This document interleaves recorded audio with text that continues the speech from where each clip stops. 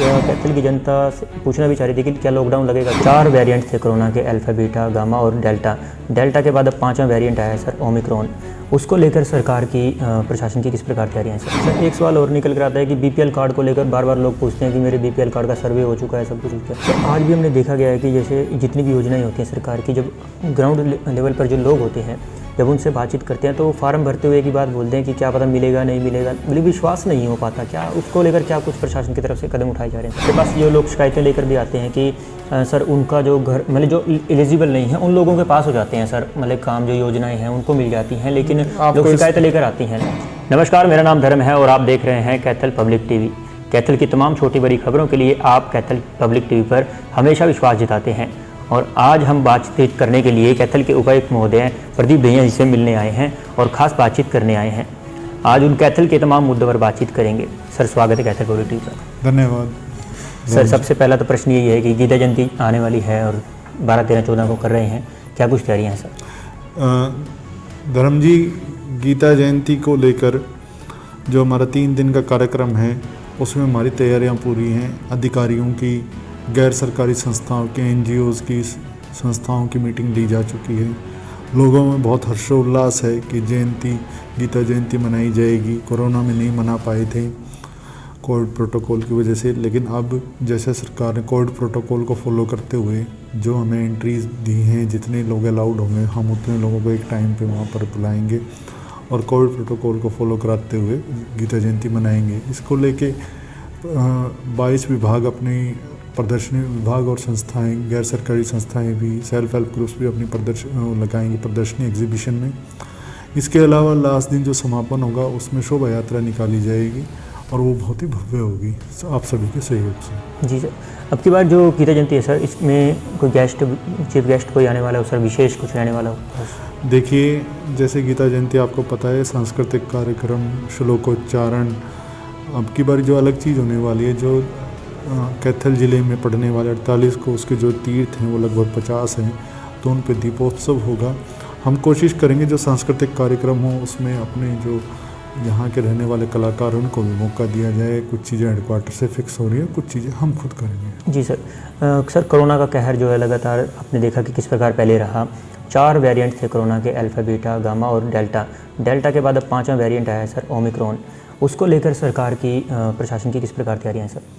देखिए, ओमिक्रॉन को लेकर जो भी केंद्रीय सरकार की तरफ से राज्य सरकार के पास प्रोटोकॉल आए हुए हैं, जो हिदायतें आई हुई हैं, वो हमें ज़िलों में जो भी प्राप्त हुई हैं अभी तक, जैसे कि कहा गया है कि जो भी लोग बाहर से आ रहे हैं उसमें तकरीबन 400 के आसपास लोग हो चुके हैं कैथल ज़िले के जो क्वारंटीन में हैं जी।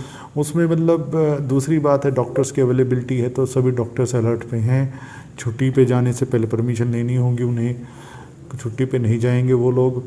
दूसरी बात ये कि जैसे ऑक्सीजन अवेलेबिलिटी की बात थी, वो ऑक्सीजन के लिए एक प्लांट भी लग चुका है। आप लोगों के सानिध्य में हमने उसका लोकार्पण भी किया था। अब इसके अलग जो प्रोटोकॉल को लेके गवर्नमेंट ऑफ हरियाणा की तरफ से जो भी हिदायतें आती रहेंगी हम इम्प्लीमेंट करते रहेंगे। सर, पिछला जो डेल्टा वेरिएंट था और अब जो ओमिक्रॉन है सर, A1 में जो प्रोटीन म्यूटेशन होते हैं उसके अंदर सर, उसके अंदर 9 जो है म्यूटेशन पाए गए थे, लेकिन अब जो ओमिक्रॉन है इसके अंदर 32 म्यूटेशन पाए गए हैं सर। उससे ज़्यादा कितना प्रभावशाली है? और ऑक्सीजन की आपने बात की कि सब कुछ जो कंसनट्रेटर लगाए गए हैं, तो इसका डिस्ट्रीब्यूशन किस प्रकार से होगा सर? देखिए, जैसे आपने ओमिक्रॉन की बात कही है, पिछले जो एक्सपीरियंस है वो ये कहते हैं कि ऑक्सीजन अवेलेबिलिटी होनी चाहिए तो हमारा इलाज करने में सहूलियत होती है। तो उसके लिए जो ऑक्सीजन के हैं विभिन्न तरह के प्रबंध हैं, जैसे ऑक्सीजन प्लांट भी लगाया हुआ 1000 LPM का कैथल में। इसके अलावा हमारे पास सिलेंडर्स हैं टाइप ए, टाइप बी और टाइप डी के। इसके अलावा ऑक्सीजन कॉन्सेंट्रेटर्स भी हैं। तो तैयारियां पूरी हैं, ऐसा कोई कैथल की जनता को चिंता करने की आवश्यकता नहीं है। लेकिन इसमें हमें थोड़ा सा ऐसा नहीं कि हम अपनी तरफ से नज़रअंदाज करते हैं जो प्रोटोकॉल है। मास्क लगाना, उचित दूरी रखना, ज़रूरी ना हो तो ट्रैवल ना करना, इस तरह की बातें बहुत ज़रूरी हैं, क्योंकि इसमें ढिलाई नहीं दी जा सकती। वायरस है वो म्यूटेशन करता रहेगा, कुछ टाइम आएगा फिर इम्यूनिटी सब में डेवलप हो जाएगी। वो इम्यूनिटी 2 तरह की होगी जी, एक नेचुरली जैसे इन्फेक्शन के बाद होती है और एक जो हमारा वैक्सीनेशन के बाद है, जो वैक्सीनेशन है अभी आपको पता है 10 लाख से ज़्यादा डोजेज लग चुकी हैं कैथल ज़िले में। तो हम उम्मीद कर रहे हैं कि कैथल की जनता आपके सहयोग से और वैक्सीनेशन में आगे से आगे बढ़ के हिस्सा लेगी। जी सर, हमने देखा है सर कि जो सरकार है ऊपर से आदेश कर दिया है सर डीसी महोदय को, अधिकारियों को, कि आप लोग अपने स्तर पर जो है निर्देश लीजिए लॉकडाउन को लेकर। क्या कैथल की जनता से पूछना भी चाह रही थी कि क्या लॉकडाउन लगेगा, क्योंकि असमंजस है लोगों को? नहीं, ऐसा अभी कोई विचार नहीं है लॉकडाउन लगने का, लेकिन लोग ना सतर्क जरूर रहें। जो महामारी अलर्ट हमने जारी किया हुआ है, जैसे इसमें बेपरवाह ना हो, लापरवाही घातक हो सकती है। अपना मास्क लगाएं, सबसे ज़्यादा ज़रूरी मास्क है। बाहर गए हाथ धोना बारी बारी, अपना ज़रूरी ना हो तो ट्रैवल ना करें और इसको लापरवाही में ना लें। बस इतना ही अभी तो प्रशासन की तरफ से लॉकडाउन का कोई सवाल नहीं है। मतलब लॉकडाउन का अभी तक किसी भी प्रकार से जो अफवाह उठ रही है, कोई इशू, कोई अफवाह, कोई किसी तरह कोई इसमें सच्चाई नहीं। सर एक सवाल और निकल कर आता है कि बीपीएल कार्ड को लेकर बार बार लोग पूछते हैं कि मेरे बीपीएल कार्ड का सर्वे हो चुका है, सब कुछ हो चुका है, उसको लेकर भी आप कुछ कहना चाहेंगे? क्योंकि बीपीएल कार्ड को लेकर 100% सर्वे भी हो चुके हैं, लेकिन फिर भी कह रहे हैं कि बीपीएल कार्ड हमारे नहीं आ रहे सर। देखिए, बीपीएल कार्ड को लेके अभी जो सरकार की करंट जो पोजीशन है वो ये है कि परिवार पहचान पत्र के माध्यम से ही वो बनेंगे और वो जैसे ही बनने शुरू होंगे तो सबके बन जाएंगे।